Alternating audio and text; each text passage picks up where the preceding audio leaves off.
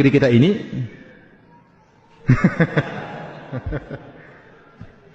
Saya qadarullah nggak punya nomor WhatsApp beliau, jadi saya tidak tahu.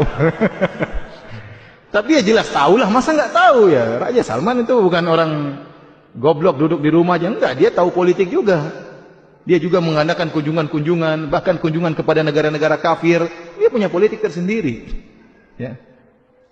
Dia juga memandang maslahat dan apa? Dan mudarat. Bahkan jangankan negara Islam, negara kafir pun terkadang dia kunjungi kalau memang perkaranya apa? Berbahaya. Terkadang kita suudzon, saya contohkan sederhana.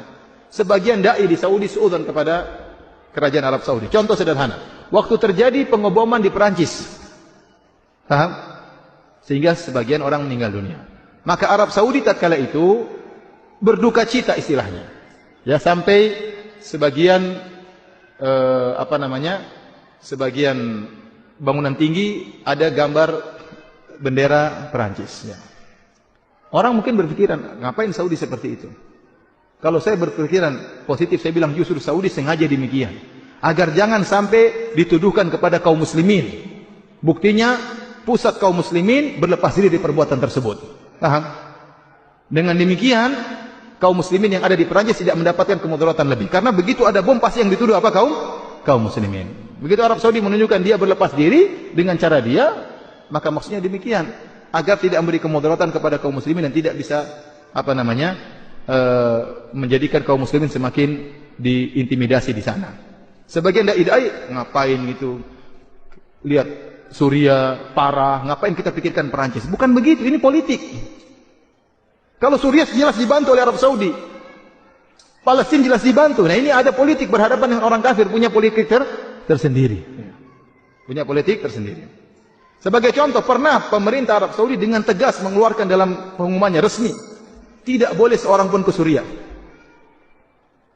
Tidak ada boleh penduduk Saudi yang ke Suria.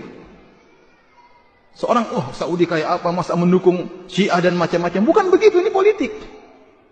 Kasusnya beda, kasusnya Suria itu ada pemerintah yang sah menurut undang-undang dunia, yaitu Bashar Assad.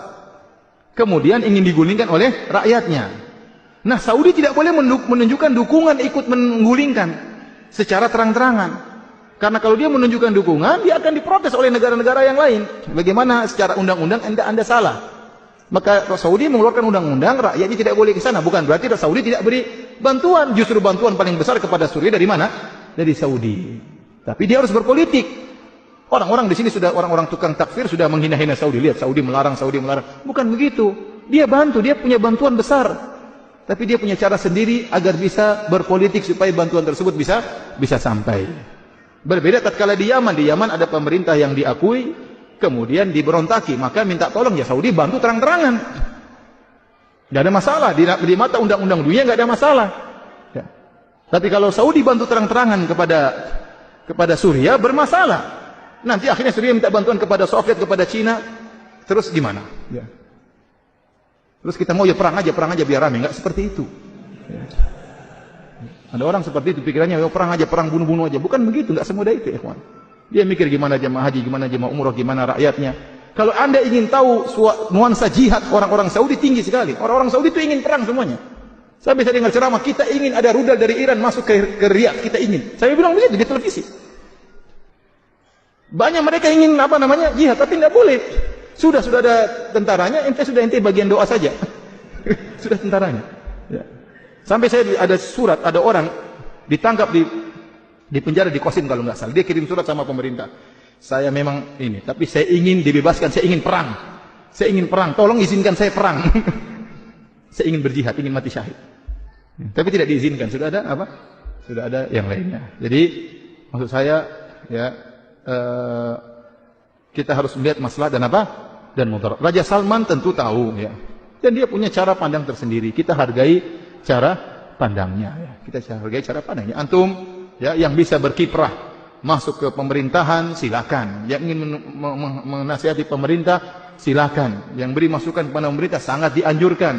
Yang tidak mampu banyak berdoa kepada Allah Subhanahu wa taala. Ya bikin pengajian-pengajian di mana-mana ya supaya orang semakin kembali kepada Allah Subhanahu wa taala.